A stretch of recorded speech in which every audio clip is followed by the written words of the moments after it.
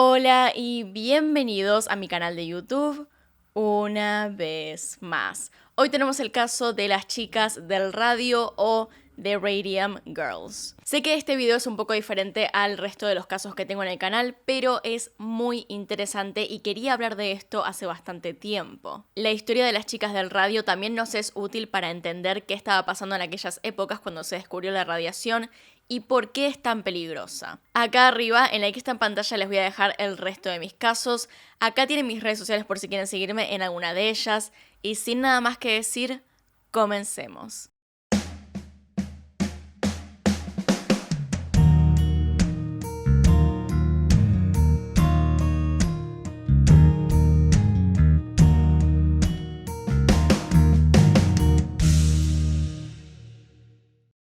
Las conocidas como Radium Girls o Chicas del Radio fueron un grupo de mujeres trabajadoras que entre las décadas de 1910 y 1920 trabajaron para una empresa llamada US Radium Corporation, con sede en Orange, Florida.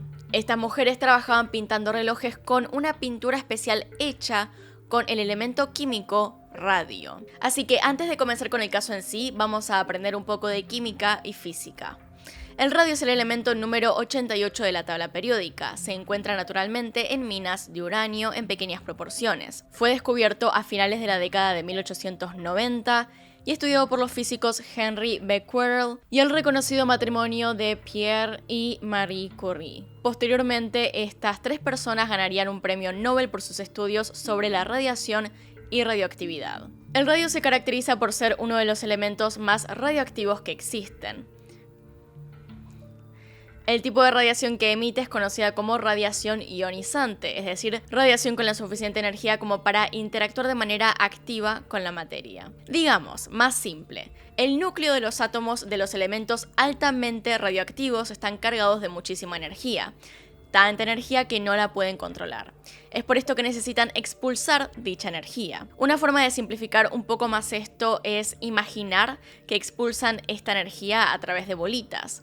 Estas bolitas salen disparadas del átomo a gran velocidad, chocando y destruyendo todo a su paso. Con todo eso me refiero a átomos, moléculas, células. Es por eso que exponerse a la radiación es tan dañino. Dicho esto, sigamos con la historia principal. Eran los inicios del siglo XX y el estudio de los elementos radioactivos estaba en sus primeros años, por lo que no se entendía del todo sus efectos nocivos para la salud. Se sospechaba desde un principio que podía llegar a ser peligroso, pero no fue tomado para nada de esta manera. Las compañías aprovecharon este auge para comercializar los elementos radioactivos.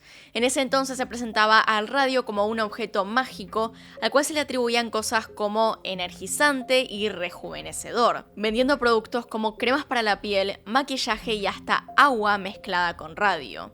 Así es como nace entonces US Radium Corporation, una empresa dedicada a la extracción y manufacturación del radio. En el año 1917 entonces la Primera Guerra Mundial estaba en su punto cúlmine. Estados Unidos ya estaba involucrado en el conflicto. Sus soldados presentaban un inconveniente con los relojes usados en las batallas. Les era complicado ver la hora por la noche y usar demasiada iluminación podía llamar la atención del enemigo. Una de las propiedades que tiene el radio es que puede ser fluorescente. La empresa US Radium se puso a la cabeza a fabricar una pintura a base de radio para pintar los números y las manecillas de los relojes que usarían los soldados y que luego se popularizaría en la población. Para esto, la corporación contrató a casi 300 mujeres, quienes consideraban más aptas para el trabajo debido a sus manos más pequeñas y delicadas para pintar los detalles de los relojes. Cabe destacar que para la época en la que esto sucedió, las condiciones y leyes laborales eran deplorables. Entre las 300 empleadas se hallaban gran cantidad de niñas de hasta 11 años de edad.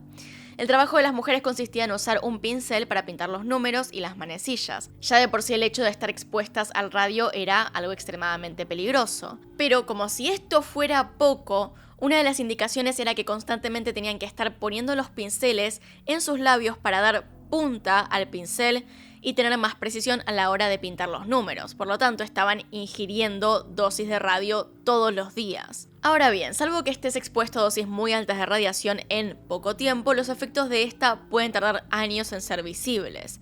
El radio que ingerían las mujeres se almacenaba en su cuerpo y poco a poco iban causando estragos en las células del mismo. Los síntomas que pueden causar el envenenamiento por radiación pueden ser de los más variados y complejos. Los primeros síntomas que empezaron a presentar las trabajadoras fueron dolores en las encías, sangrado, llagas y quemaduras en la boca. En los casos más extremos había incluso caída de dientes. Los primeros registros oficiales de esto datan del año 1920, 3 años después de que las mujeres comenzaron a trabajar. Pero esto no era nada en comparación a otros síntomas que desarrollaron más tarde. La mayoría sufrían de anemia, pero además, los huesos de su cuerpo habían empezado a descomponerse, quedando prácticamente susceptibles a fracturarse ante cualquier mínimo esfuerzo. Algunas desarrollaron una condición llamada mandíbula de radio o radium jaw, que generaba un gran bulto tumoroso en la parte inferior de la mandíbula. La primera en morir fue Molly Maggia, en 1922. Meses antes de su muerte había estado teniendo dolores en sus encías y dientes. Perdió la mayoría de estos. Se le formaron úlceras en la boca, también empezó a presentar debilidad en las extremidades y finalmente falleció el 12 de septiembre. Aún no se sospechaba que la causa de muerte tuviera algo que ver con el envenenamiento por radio. En los próximos 2 años un total de 10 trabajadoras murieron en circunstancias similares. Estas muertes y el hecho de que la mayoría de ellas presentaba síntomas por demás extraños comenzaron a levantar sospechas. Pero la empresa Radium Corporation no se iba a responsabilizar por todo esto. Crearon una gran campaña para adjudicarle la muerte de las trabajadoras a enfermedades como la sífilis, que en esa época estaba en auge. Para esto contrataron a todo tipo de expertos para que certificaran que las condiciones laborales eran seguras. Obviamente esos expertos decían lo que la empresa quería que digan a cambio de plata. Y todo aquel que alertaba de los peligros de usar y consumir radio eran silenciados y desacreditados por la misma empresa. También cada vez que alguna empleada iba al médico a hacerse atender por los graves síntomas que presentaban, la empresa le pagaba a los doctores para que sus diagnósticos no estén relacionados en nada con el hecho de trabajar con radio. Pero la cantidad de muertes y mujeres que presentaban síntomas era demasiado grande como para cubrirlo con mentiras y dinero. Varios especialistas entonces se acercaron para estudiar el caso. Grace Fryer, una de las trabajadoras, se puso a la cabeza en una demanda contra Radium Corporation. Ella, junto a muchas de sus compañeras que presentaban síntomas, se juntaron para demandar a la empresa. Sin embargo, no fue una tarea fácil, ya que desde la empresa hacían todo lo posible para salir impunes, y ningún abogado quería tomar su caso. Recién en el año 1927 pudieron comenzar el litigio. Para esta época, la mayoría de ellas estaba transitando un duro momento debido a la enfermedad. Algunas literalmente no podían levantarse de la cama. Grace tenía que usar un soporte en la columna y cuello para mantenerse erguida. Radium Corporation logró demorar el inicio del juicio todo lo que pudieron. Para este entonces ya habían muerto una gran cantidad de ex trabajadoras de la empresa, y las que no estaban gravemente enfermas. Ya para este entonces varios expertos habían estudiado e investigado el caso, usándolas a ellas mismas como experimento.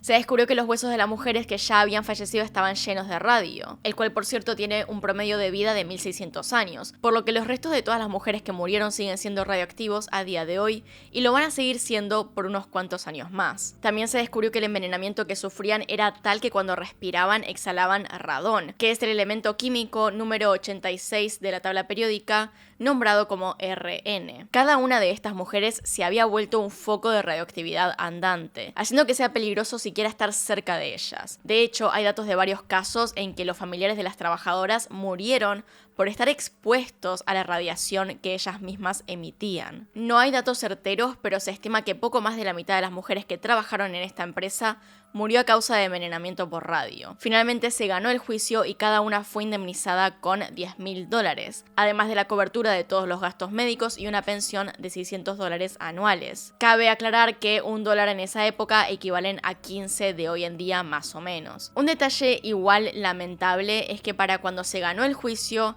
ya había muchas mujeres muertas y la verdad que el estado en el cual se encontraban simplemente no tenía retorno. Así que no es que con un poco de dinero y pagarle los gastos médicos iban a solucionar algo.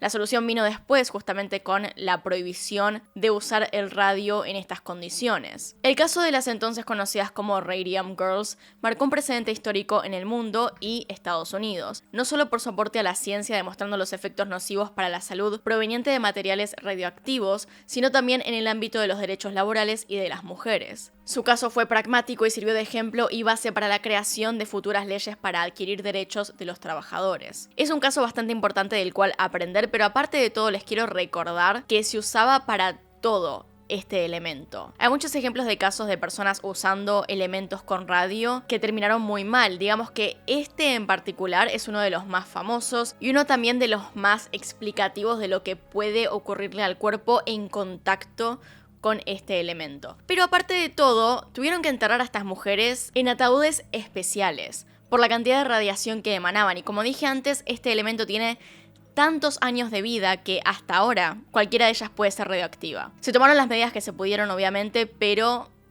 eran cuerpos muy peligrosos, estaban llenos de radioactividad. Y mientras que había gente que usaba el radio en ropa, en cosméticos, en lo que sea, estas mujeres lo estaban consumiendo. Por eso fue mucho peor. Pero bueno, díganme qué opinan en los comentarios y si tienen recomendaciones, por favor, déjenmelas también ahí.